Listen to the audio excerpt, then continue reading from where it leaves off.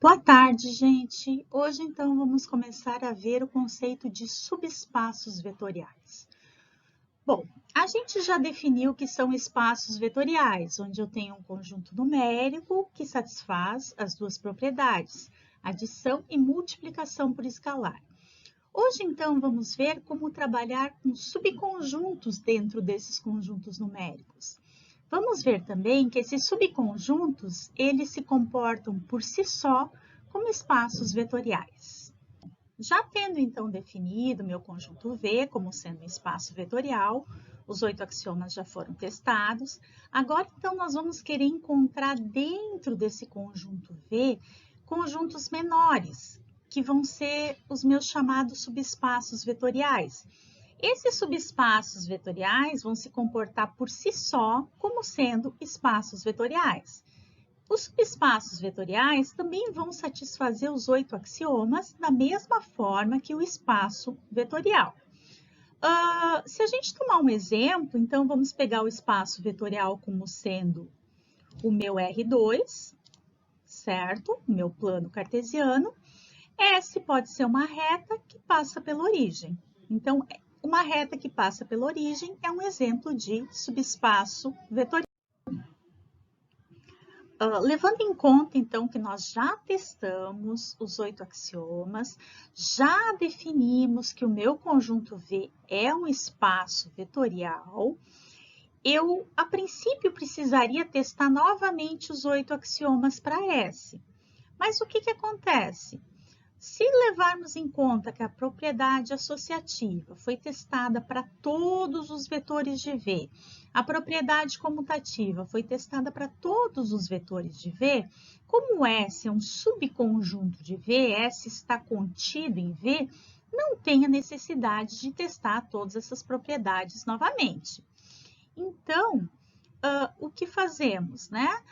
Vamos, na verdade, verificar somente as duas propriedades, adição e multiplicação por escalar, e elas vão ser suficientes para me definir se o conjunto é um subespaço vetorial de V ou não. Bem, agora então vamos a uma definição formal do que é um subespaço vetorial.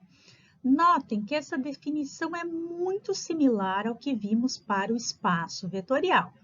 Então, o teorema nos diz o seguinte: seja S, então um subconjunto S, não vazio, de um espaço vetorial V, ele é um subespaço vetorial de V se forem satisfeitas as seguintes condições.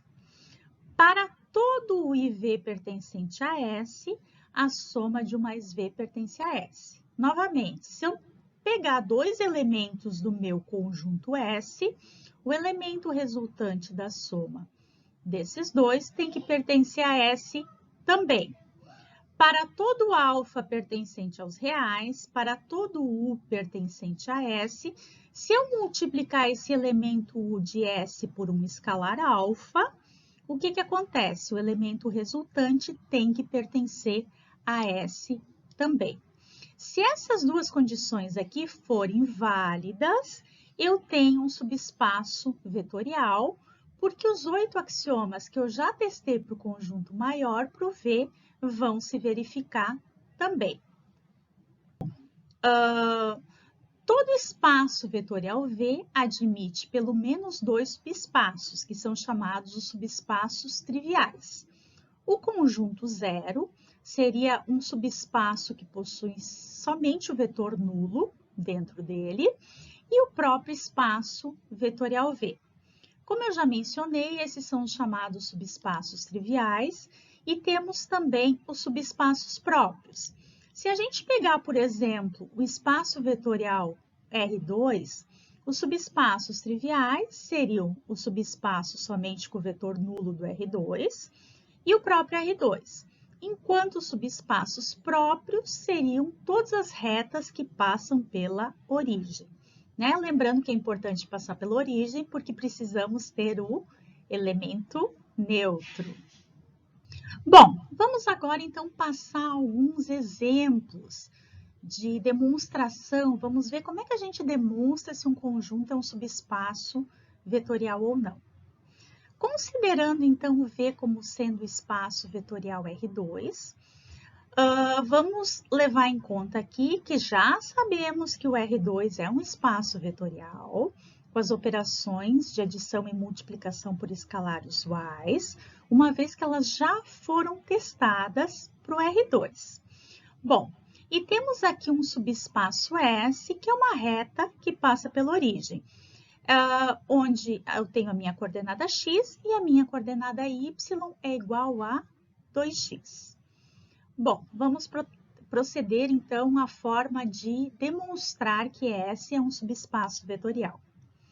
Primeira coisa que devemos fazer, da mesma forma que atuamos quando estamos trabalhando com espaço vetorial, precisamos definir vetores no formato genérico que atendam às condições do conjunto.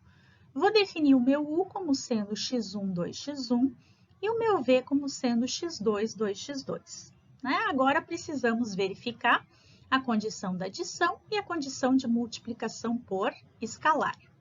Bom, a condição de adição, então vamos somar o vetor U com o vetor V.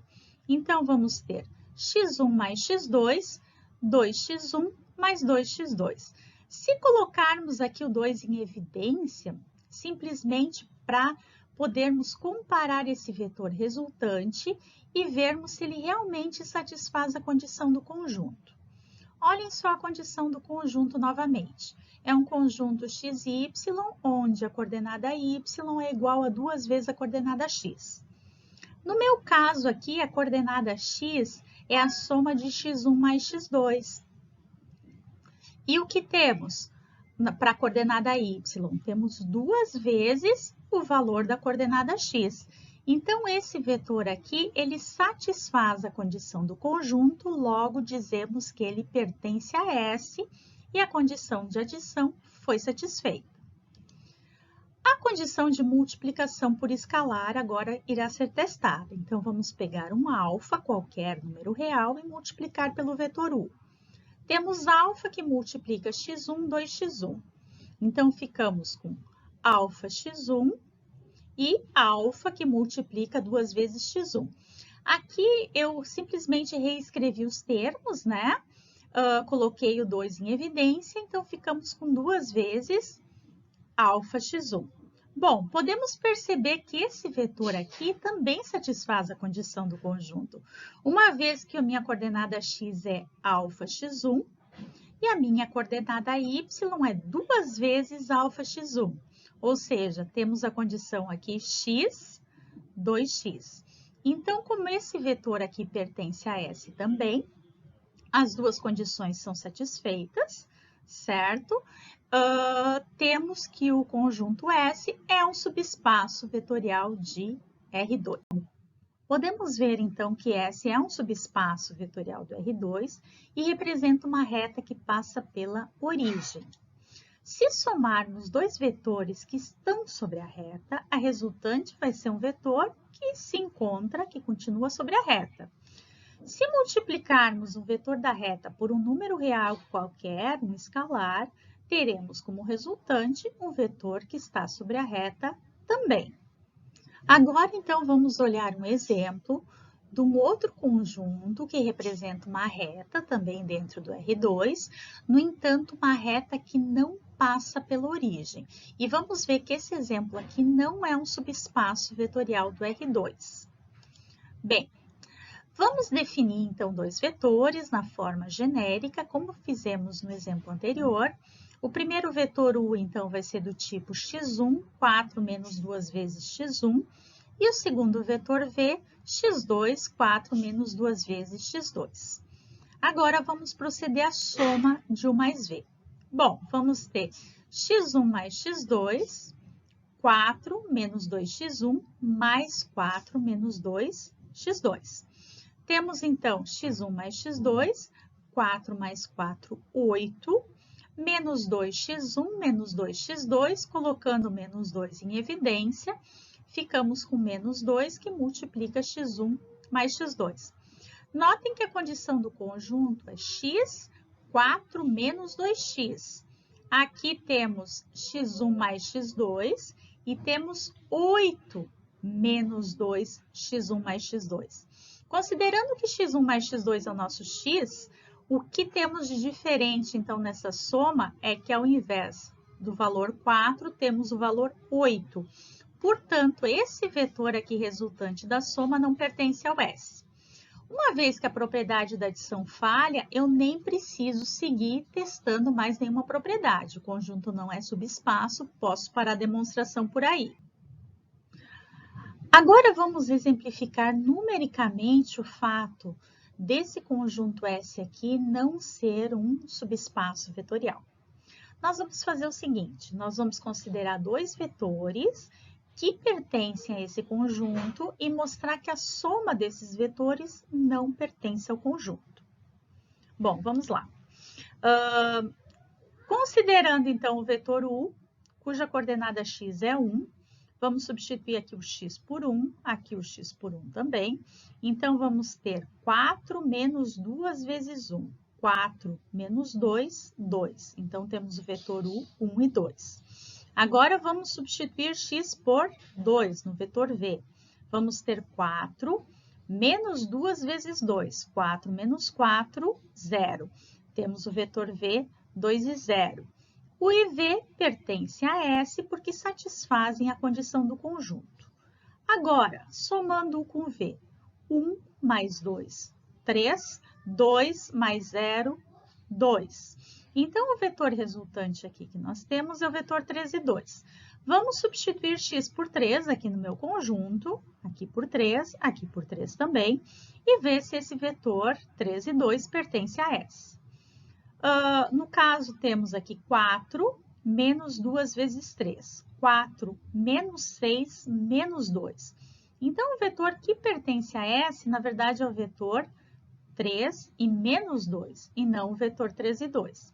O vetor 3 e 2 não pertence a S, com isso podemos exemplificar numericamente, né, através de um contra-exemplo, que a condição de adição está falhando. Podemos ver que a condição de multiplicação por escalar também falha. Se escolhermos qualquer alfa que seja diferente do valor 1, um alfa igual a 2, por exemplo, e multiplicarmos esse alfa pelo vetor U, 1 e 2, vamos ter como resposta o vetor 2 e 4. Bom, já podemos ver que o vetor 2 e 4 não pertence a S, porque sabemos que o vetor que pertence a S é o vetor 2 e 0. Então, podemos ver através desses contra-exemplos que tanto a propriedade de adição como multiplicação por escalar não funciona. Né? Lembrando que um contra-exemplo, o que é? É quando eu quero mostrar que algo não funciona, que no caso, o nosso conjunto S não é um subespaço vetorial. No exemplo anterior, podemos ver que a reta não passava pela origem. Portanto, a reta não possuía o zero, não possuía o elemento neutro. Quando um conjunto não possui elemento neutro, não possui o zero, podemos já descartá-lo, né? Podemos definir que ele não é um subespaço vetorial. No entanto, o fato do conjunto possuir o zero não me garante que ele seja um subespaço vetorial. Vamos agora avaliar outro exemplo. Vamos definir esse conjunto S como sendo um conjunto com x módulo de x, né? Também é um conjunto que está contido no R2, mas ele não é um subespaço vetorial de R2. Se substituirmos o x por zero, o y, que é igual ao módulo de x, vai dar zero também. Então, ele contém o elemento neutro, contém o 0, 0. No entanto, essa condição não me garante que seja um subespaço vetorial, e nós vamos ver que esse conjunto não é um subespaço vetorial de R2. Bom, Para verificar as condições de adição e multiplicação por escalar, temos novamente que definir dois vetores genéricos do tipo do meu conjunto. Então, temos x1 módulo de x1, vetor U, e o vetor V, x2 módulo de x2, dois vetores que pertencem a S. Fazendo a soma, vamos ter o quê? x1 mais x2 módulo de x1 mais módulo de x2. No entanto, esse vetor aqui não pertence ao S. Alguém sabe ver o porquê disso? Por que está falhando essa condição da adição? Vamos olhar com mais detalhes. Temos que o conjunto é definido da seguinte forma. O y é igual ao módulo de x, ou seja, o y é igual ao módulo da primeira coordenada. O que temos aqui? Aqui nós temos a soma dos módulos de x1 mais x2, mas nós deveríamos ter o módulo da soma de x1 mais x2, ou seja, para que a condição de adição fosse satisfeita, nós deveríamos ter a coordenada y nesse formato aqui. E nós sabemos que o módulo da soma é menor ou igual à soma dos módulos. Então, a condição de adição falha. Esse conjunto, então, não é um subespaço vetorial e eu posso parar minha demonstração por aqui. Mas se eu quiser continuar só para fins didáticos e mostrar para vocês como é que funciona a condição da multiplicação por escalar, eu posso fazer isso. E vamos fazer isso em termos de curiosidade matemática. Então, testando a segunda condição, eu tenho alfa multiplica o vetor U. Alfa multiplica x módulo de x. Alfa x, alfa módulo de x. O que acontece nesse caso? Se o meu alfa for um número real negativo, esse valor aqui vai ser um valor negativo. O que, pela definição do conjunto, não pode acontecer. Por quê? Porque a segunda coordenada é igual ao módulo da primeira coordenada.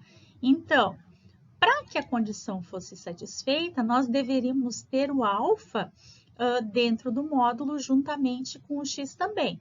Mas não é o que acontece quando se utiliza a operação de multiplicação escalar vetor usual. Então, essa condição falha também, certo? Mas nós já tínhamos comprovado anteriormente, com a condição de adição, que o conjunto não era um subespaço vetorial de R2. Numericamente, podemos ver um contra-exemplo, novamente mostrando que realmente o conjunto não é um subespaço vetorial. Então, vamos considerar dois vetores que pertencem ao conjunto. Se pegarmos x igual a 3, módulo de 3 é 3. O vetor U pertence a S. Se pegarmos o x igual a menos 2, módulo de menos 2 é 2 positivo.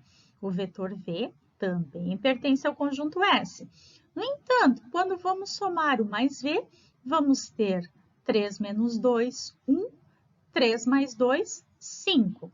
Então, temos aqui o meu x igual a 1, no entanto, no lugar do módulo de x apareceu um valor 5. Podemos ver, então, que esse vetor não pertence a S. Então, temos um contra-exemplo da propriedade da adição. Podemos também mostrar um contra-exemplo da propriedade da multiplicação por escalar. Basta considerarmos qualquer alfa negativo e fazermos, por exemplo, alfa vezes U. O que vamos obter? O vetor menos 3 e menos 3, utilizando alfa igual a menos 1. Então, a segunda coordenada aqui tem um valor negativo, sendo que pela condição do conjunto, a segunda coordenada está em módulo e tem que ter sempre um valor positivo. Então, esse contra-exemplo aqui também nos mostra que um conjunto não é um subespaço vetorial. Vamos considerar agora o meu espaço vetorial R3 e vamos considerar um subconjunto do R3, que nós vamos ver que é um subespaço vetorial do R3, descrito da seguinte forma. esse subespaço formado por todos os vetores x, y e z, que pertencem ao R3, tal que satisfaçam essa equação linear. AX mais BY mais CZ igual a zero. Notem que A, B e C aqui são os coeficientes da equação linear que estão escritos de forma genérica. Bom, vamos definir, então, dois vetores que pertencem ao S, ou seja, tanto o vetor U como o vetor V satisfazem a condição do conjunto, ou seja, satisfazem a equação linear. Então, temos aqui AX1 mais BY1 mais CZ1 igual a zero e AX2 mais BY2 mais CZ2 igual a zero. Somando agora essas duas equações lineares homogêneas, temos então AX1 mais BY1 mais CZ1 mais AX2 mais BY2 mais CZ2 igual a zero mais zero. Vamos reorganizar os termos para colocar os termos comuns em evidência. Ficamos com A, x1 mais x2, mais B, y1 mais y2, mais C, c1 mais z2, igual a 0 mais 0, 0. Podemos ver, então, que x1 mais x2, y1 mais y2 e z1 mais z2 também satisfazem a equação linear presente em S. Podemos ver, então, que a soma de U mais V, x1 mais x2, y1 mais y2, z1 mais z2, realmente pertence a S, pois as coordenadas da soma de U mais V satisfazem a equação do meu subespaço E. Agora, vamos testar a operação de multiplicação por escalar. Temos um alfa que multiplica a equação linear. Então, o alfa vai multiplicar tanto o lado direito quanto o lado esquerdo, os dois lados da equação linear.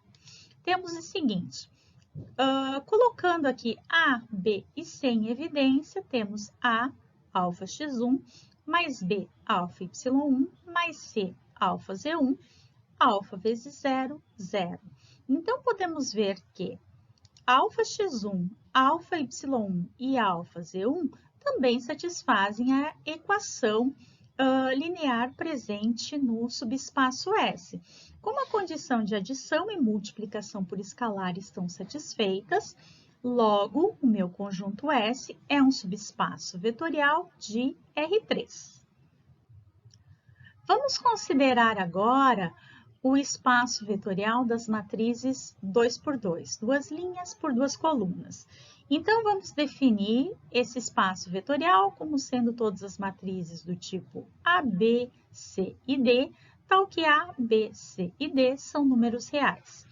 E vamos considerar um subconjunto de V, onde temos A e B, números reais, 0 e 0. Vamos testar, então, primeiramente a condição da adição. Para isso, precisamos considerar duas matrizes do tipo de S. No caso, a matriz U vai ser matriz formada por A1, B1, 0 e 0. A matriz V formada por A2, B2, 0 e 0.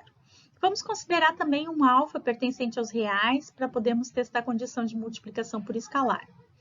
Bom, somando as duas matrizes, vamos ter A1 mais A2, B1 mais B2, 0 mais 0, permanece 0, 0 mais 0, permanece 0. Bom, as restrições que nós temos nesse subespaço é que esse valor tem que ser nulo e esse valor tem que ser nulo também. E elas são mantidas. Enquanto A1 e B1, A2 e B2 são números reais, a soma de dois números reais também é um número real. Então, tanto essa condição aqui, ó, esse valor é um valor real, esse valor aqui é um valor real. Portanto, a condição de adição está satisfeita. No caso, a condição de multiplicação por escalar, temos alfa multiplicando a matriz U. Vamos ter alfa multiplicando A1, alfa multiplicando B1, aqui permanece 0 e aqui permanece 0 também. Então, as condições aqui que esses dois valores devem permanecer 0 estão satisfeitas. Alfa 1 é um número real, alfa B1 é um número real também. A condição da multiplicação por escalar está ok. E o conjunto S é um subespaço vetorial de M2 por 2. Agora, então, vamos considerar um espaço vetorial como sendo o conjunto das matrizes de 3 linhas por uma coluna. E o meu subespaço vetorial, meu conjunto S, vai ser o conjunto solução de um sistema linear homogêneo a 3 variáveis. Temos aqui um exemplo de um sistema linear homogêneo, 3 por 3, 3 equações com 3 incógnitas. Na verdade, esse sistema linear está aqui a título de exemplificação. A demonstração que nós vamos fazer vale para qualquer sistema linear homogêneo. Vamos considerar o sistema linear do slide anterior da seguinte forma. Vamos separá-lo numa matriz de coeficientes, um vetor de incógnitas e o meu vetor de termos independentes, que é o vetor nulo. O meu subespaço, como foi definido, é o conjunto das soluções possíveis do meu sistema linear homogêneo. Então, é o conjunto de incógnitas. Vamos nos ater nesse vetor aqui. Então, vamos definir, em notação matricial, duas soluções possíveis para o meu sistema linear. Uma solução chamada x1, um vetor do tipo x1, y1 e z1, e outra solução dita x2, um vetor do tipo x2, y2 e z2.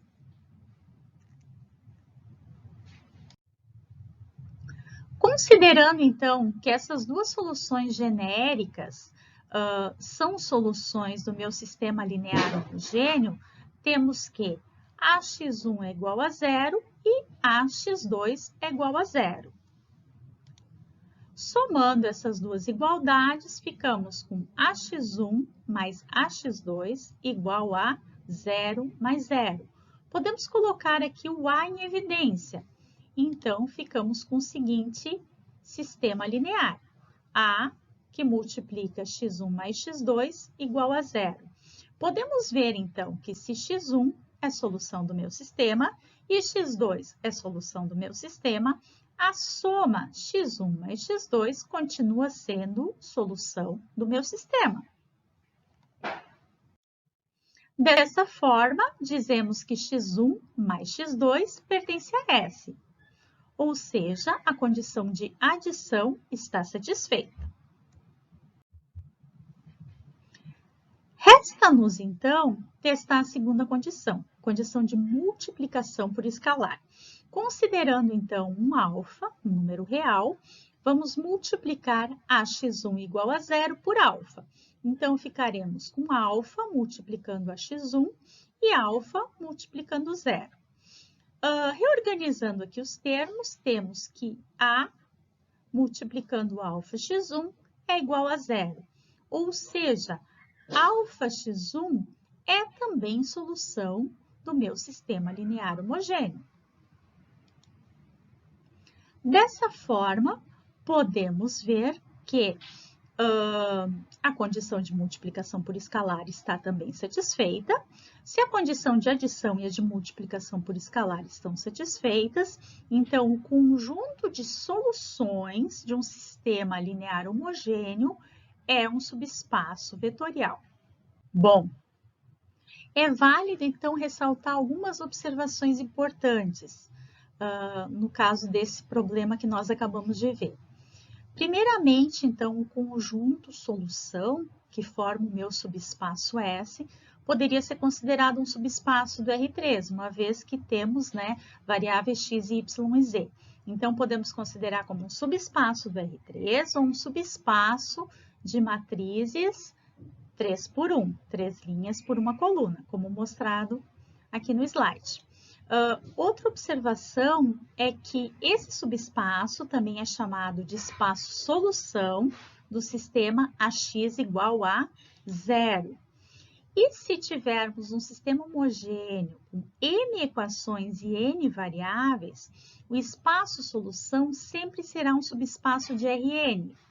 O que conta aqui é o número de variáveis. Se tivermos duas variáveis, vamos ter um espaço solução de R2. Se tivermos três variáveis, teremos um espaço solução de R3. Outro detalhe importante é que essa dedução que nós fizemos é válida para um sistema linear homogêneo. Se o sistema não for homogêneo, ou seja, tiver valores diferentes de zero no meu termo independente, o meu conjunto solução não vai ser um subespaço vetorial. Bom, com isso, finalizamos essa nossa aula de subespaços vetoriais. Na próxima aula, nós vamos ver algumas operações que podem ser feitas com subespaços vetoriais. Aguardo vocês, então, na próxima aula. Até mais, pessoal!